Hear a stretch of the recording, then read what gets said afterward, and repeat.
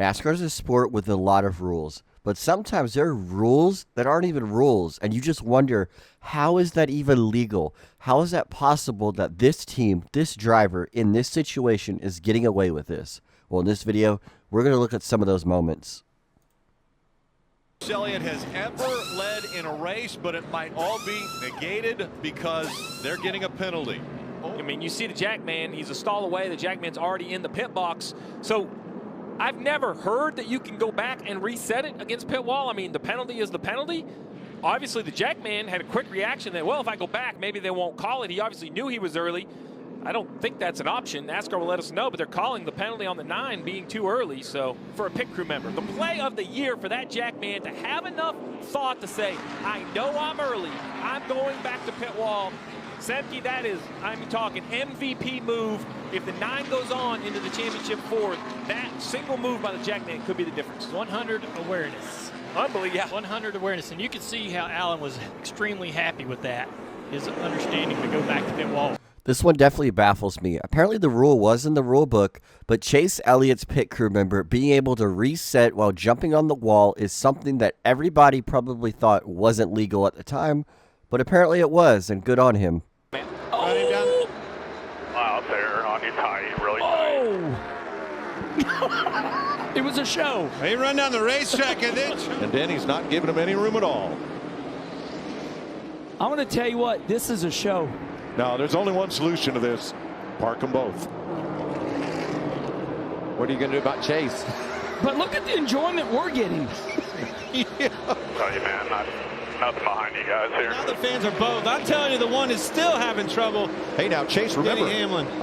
The one, if he is considered to have been damaged in that crash. I know blocking your competitors is something you do in racing, but I don't understand how this is legal. Being a lap down car, blocking somebody who's racing on the lead lap, obviously trying to intently make them be able to park their car because he did not meet minimum speed.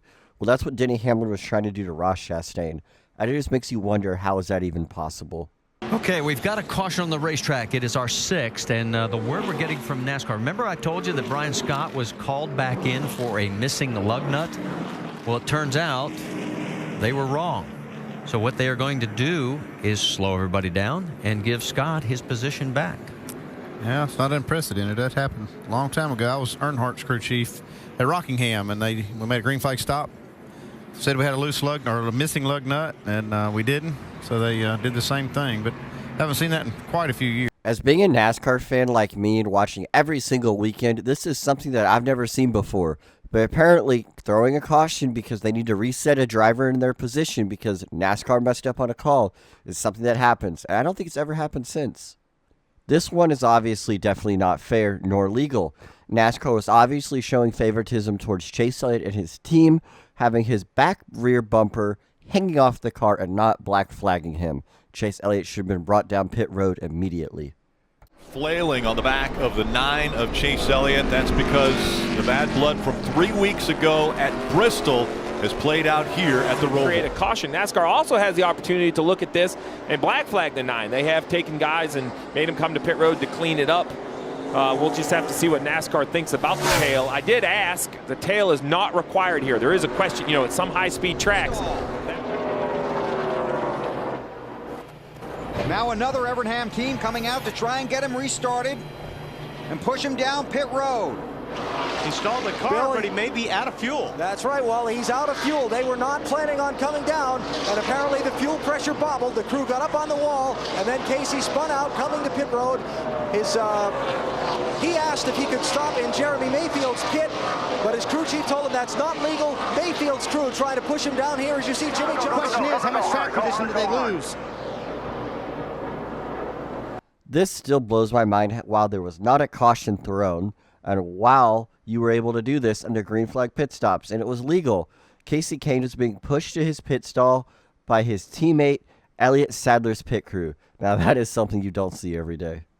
This one we all know wasn't legal. Tony Stewart pushing Regan Smith below the yellow line and still winning the race. The rule is if you push somebody below the yellow line, you'll be penalized.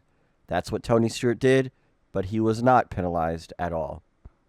The 24, they're going to try to block. Eric in gets the up into the wall. Now the 24 He slides. They make more contact. 3 wide as they come out of 4. Hamlin to the inside. Side draft coming from the 24 car. Denny Hamlin, William Byron through the triangle coming up to the stripe. And as they go across the stripe, a photo finish. Denny Hamlin gets the nod. Yeah, he gets forced down there. That 17 had come down the racetrack. He does, but then he goes and he advances his position to these 2 cars. Denny Hamlin picked up the win in the 2020 Talladega Fall race while passing like 3 cars under the yellow line. That is definitely not fair.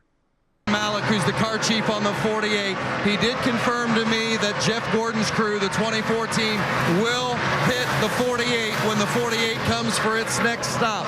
7 pit stops for the 48 today, and they've lost positions on pit road in 4 of those stops. Kyle Busch is the leader, and he controls the restart as long as he goes in between those 2 lines on the wall. Okay, he doesn't go. Now the green flag comes out. Now Brad Keselowski is legal to go, and the race has started, and that's why they've placed him as the leader here when this caution did come out. Brings him down. He's a few inches ahead, and all of a sudden, here goes the 18. Now, did he jump too soon? Well, it looks to me like he did, but I'd have to look at it and see on those hash marks on the wall, but it looked to me like he did go before the green flag came out. NASCAR is taking a look at it. We'll let you know what they decide. It is. Yeah, they are going to post the 18 car, and they're going to put his name or his number up on the board and put the black flag on. They're posting us right here. Once again on Denny Hamlin's car riding around the racetrack. This is the second time we've seen the hood fly off of the 11. Denny Hamlin. This time, though, it looks as though the hood pins have been knocked out. It wasn't just that the pins weren't put on. It looks as though he may have hit someone and knocked those pins out of the front of that car. And he's able to continue on because he can see through the flap in the hood.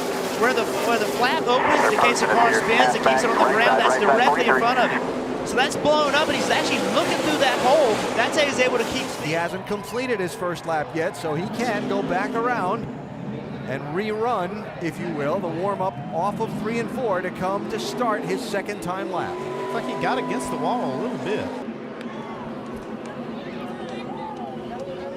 Thank you, Joe. Well, due to the darkness, they're saying they are not going to restart this race because of the darkness on the racetrack here, and it is going to finish as promised on lap 210. That's why you see these guys down there in the Roush Fenway pits celebrating. Everything looks very dark looking from a driver's perspective, so congratulations to Greg Biffle, huh? Looks like the Aflac Duck's going to get a checker here. Greg Biffle, 37-year-old driver, had gone 28 races. His last win was at Homestead at the end of finale of 2006. Right there, checker flag. You know, I've never seen a driver cross the start-finish line, then turn around and go back the other way. I think I'd have made another lap, you know, just to make sure. Well, the field is frozen. You see all these guys moving around each other. The field has already been frozen. As long as these cars just drive across the line, they're going to freeze them where they were. Greg just pulls down, and all these other guys passing, but he's still the winner. Jerry, it's very interesting coming to the start-finish line the last time, though. I know you and the 07 were sort of interested in whether or not the 16 might be the victor. Yeah, he was clearly out of gas. I feel terrible for Greg. He's been working so hard to win a race and is, you know, they're in position to win it. But if you don't maintain pace car speed, you don't hold your position. And it was clear to everyone that he couldn't do it.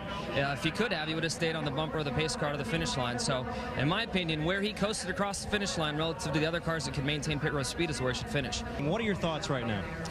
I don't know what to think. You know, I mean, I thought you at least had to finish on your own power across the finish line. You know, I don't know if we were supposed to wait on him or what we were supposed to do, but, you know, nonetheless, it was a good day. That answers that question. Yeah. Hey, Dave. Betty's taking tires now, Dave. He is, but the question is 2 or 4. If they take 2, they can do it very quickly on the fuel because they don't need much. There you see Mears, the 42. He is the race leader, but not at the front of that line. Alan. Well, here's what Carl Edwards can't understand from the cockpit of his race car and what his crew chief Pierre Cattell is trying to get explained to him from down here.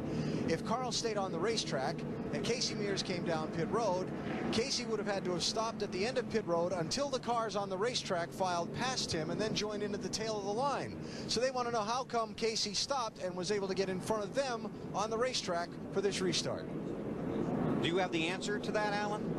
No, I'd like somebody to call that one. I mean, that Kyle and Wally, that is how it works. When you come down pit road, you're supposed to fall in at the end of the line of the cars that are on the racetrack, right? That's right, under yellow, yeah. Right, so that's what they can't understand down here, is how a guy that pitted gets to line up in front of them when they were on the lead lap when the yellow came out. Yeah, they were a mile and a half behind, but they were on the lead lap, and the pace car did pick up Casey Mears as the leader, so they're trying to figure out how he was able to get past that stoplight at the end of pit road and get in front of them on the racetrack. Is it a stoplight, Alan, or is there a guy down there with a paddle? They have the big red and green light down here, yeah. Okay. So here's Mears coming down pit road. And we're looking for that light, and there's that light. See that red light there blinking? That's red. That's red.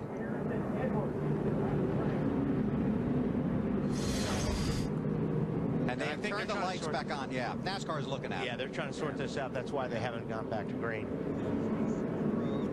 And there it's green. Yeah, that's not enough. Yeah, that's not enough distance to make any difference. No. And I don't know how he ends up in front of him. You got me on that one. Because technically, just like they say, if he comes down pit road, he should be back behind him. If we looked at the scoring monitor, the 60 car should be leading the race. Everybody else should be behind him. Because the 60 car was the last car, was the car that was the tail end of the lead lap right in front of him on the racetrack when the caution come out. But knowing that,